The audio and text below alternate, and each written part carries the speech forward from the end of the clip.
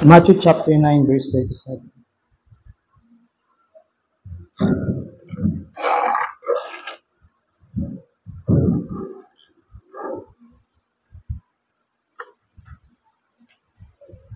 So, nandiyan na po, say amen po.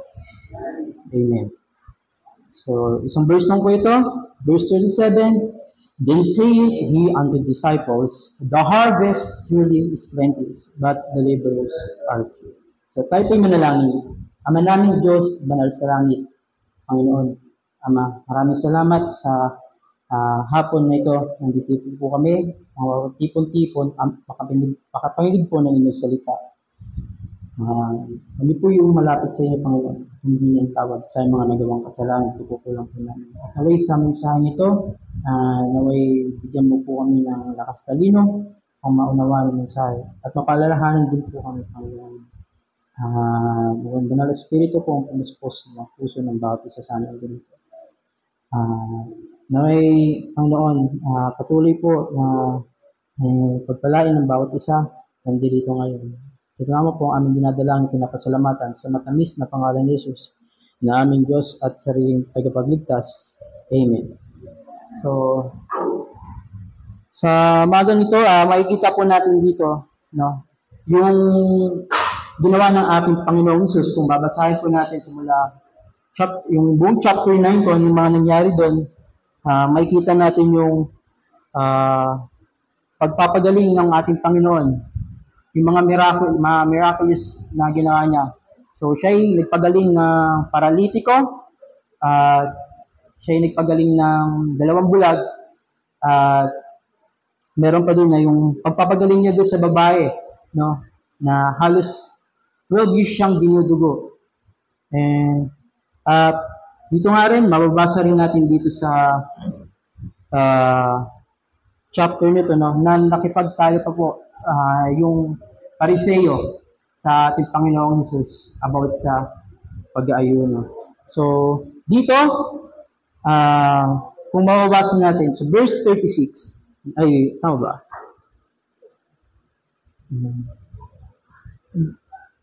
Verse 35, so, basahin po natin, and Jesus went about in the cities and villages, teaching in their synagogue, and preaching the gospel of the kingdom, and healing every sickness and every disease among the people.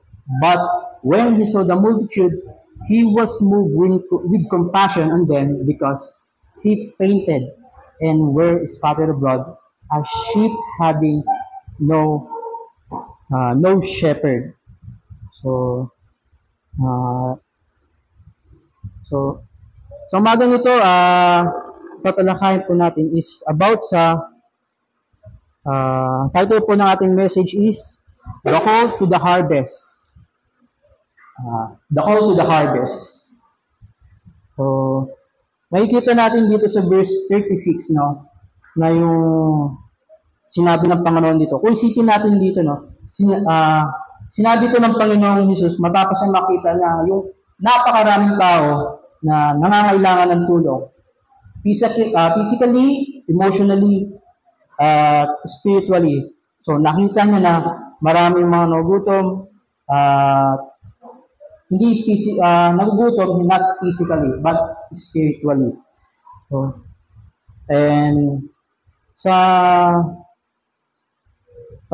kanilang buhay, pero kakaunti lamang yung handang tumayo para ipangaral yung salita ng Diyos. So, ngayon, meron na akong konting isang katanungan lang, no? So, gusto ba natin maging isang manggagawa ng Panginoon? So, marami ang nangangailangan ngayon na maraming mga tao naghahanap ng katotohanan. Maraming tao naghahanap na kung ano ba yung meaning ng buhay nila, bakit sila nandito sa mundo. So, hindi lang kailangan maging pastor para makapaglingkod tayo. So, hindi lahat tinawag para mag-pastor. So, kahit sa simpleng paraan lang, sa pamamagitan ng pagpapakita natin ng pagbabahagi ng salita ng Diyos, so, yung pagmamahal natin sa tao at yung pagpapatawad natin, no, maaari tayong maging isang instrumento o kasangkapan para sa gawain ng ating Panginoon. So, ngayong araw, ngayong hapon ito ay naging bukas ang ating mga puso at isipan, no? Na napakaraming mga aanihin, kaluluwa.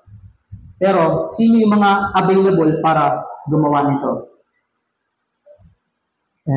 Sa ating point number 1, the plentiful harvest, o yung kasaganaan ng ating ani. Sabi ng Panginoon dito, the harvest is truly plenteous. Souls are waiting to receive the truth.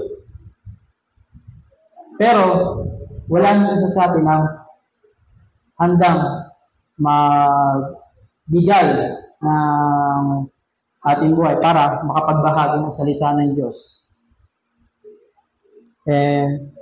So, maraming kaluluwa ang mga nag-aantay para makareceive ng katotohanan. So kaya nung nakita ng Panginoong Hesus, sabi nga niya doon sa verse 36, no? Siya'y nahabag dahil nakita niya yung kakulangan ng mga manggagawa.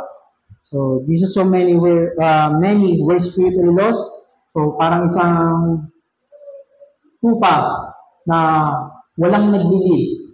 So, scattered, kalat-kalat lang. Walang isang patutunguhan.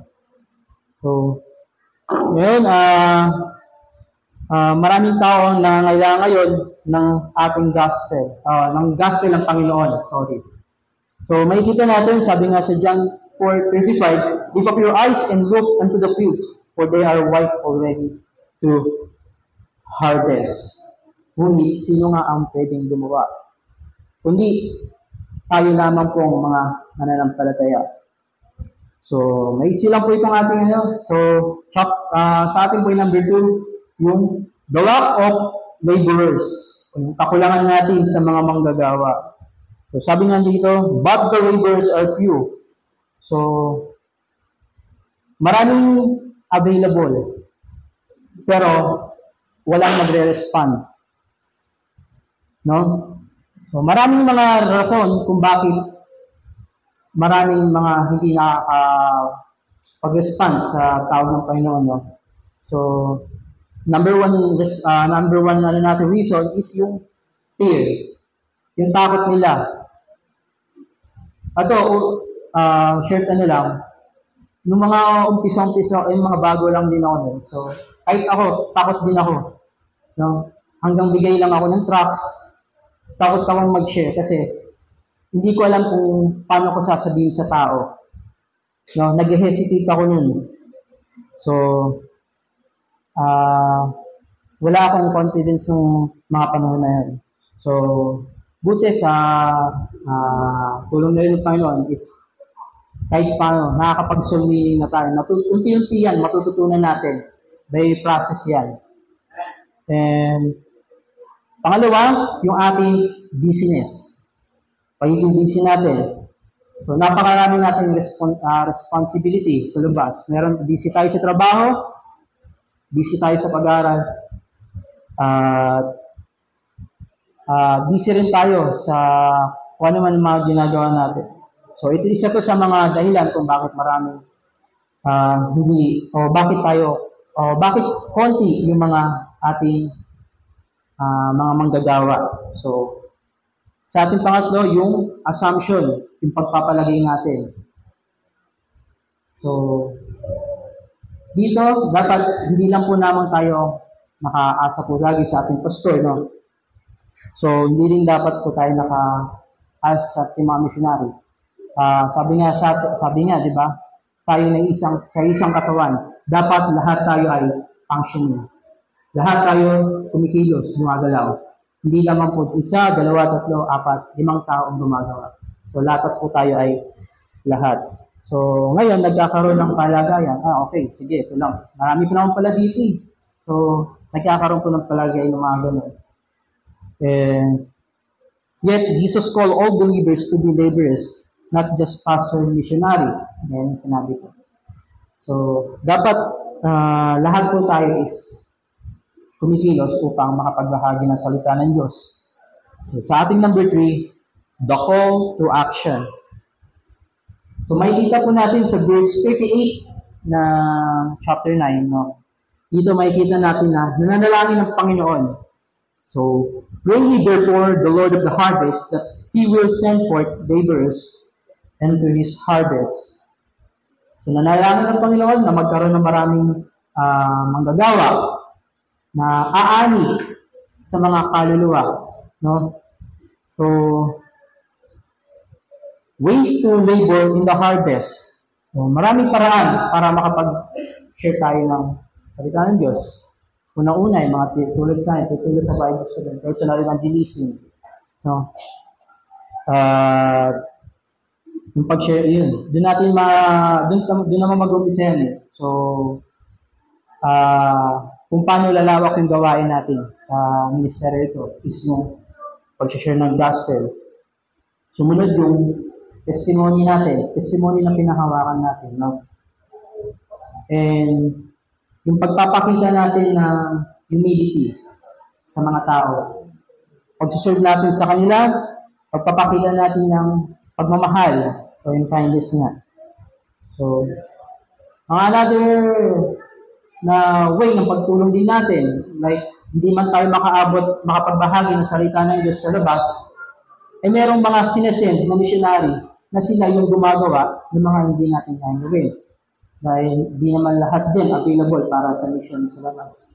So, simpleng pagtulong din natin yung pagbibigay natin sa mission.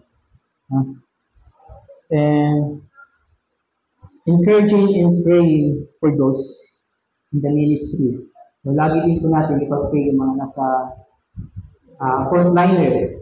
Kasi tayo, as a mananampalataya, tayo ay frontliners. Frontliner tayo sa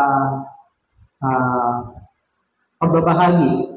So, sa pagbabahagi natin, there's maraming mga pagsubok din. Di ba? Lahat naman dito is nakaranas na rin ma-persecute kung mapalabas ng mga mapalabas ng bahay. Naalala ko, nasanggay na ako. Ano binibigay mo? Ayun. Naka-experience ako sa San Buena isang beses. Medyo ang sakit. Masakit na parang maiinis ka, pero wala, ganun talaga eh. Yung mga ganung part talaga na ma-experience natin. So, kaya ang kailangan ng mga manggagawa ay ipag-pray din natin sila. No? Encourage din natin. So, sa ating pagtatapos, maiksi lang po ito. So, ating conclusion na answering the call, the harvest is plenty of, but God is willing to work this. So, tayo ba, willing ba tayong i-commit ang ating sarili para maging manggagawa?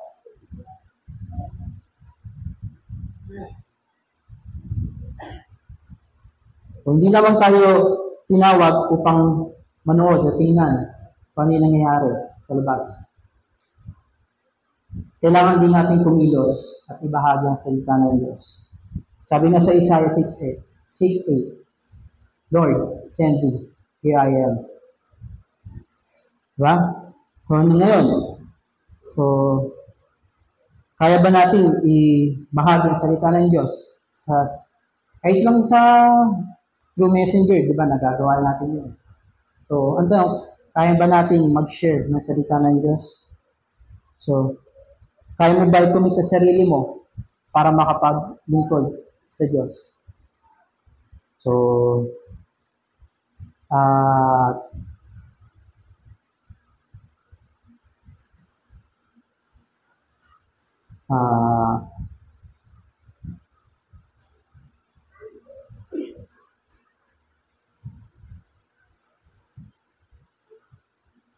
so, yun lang po. Ako.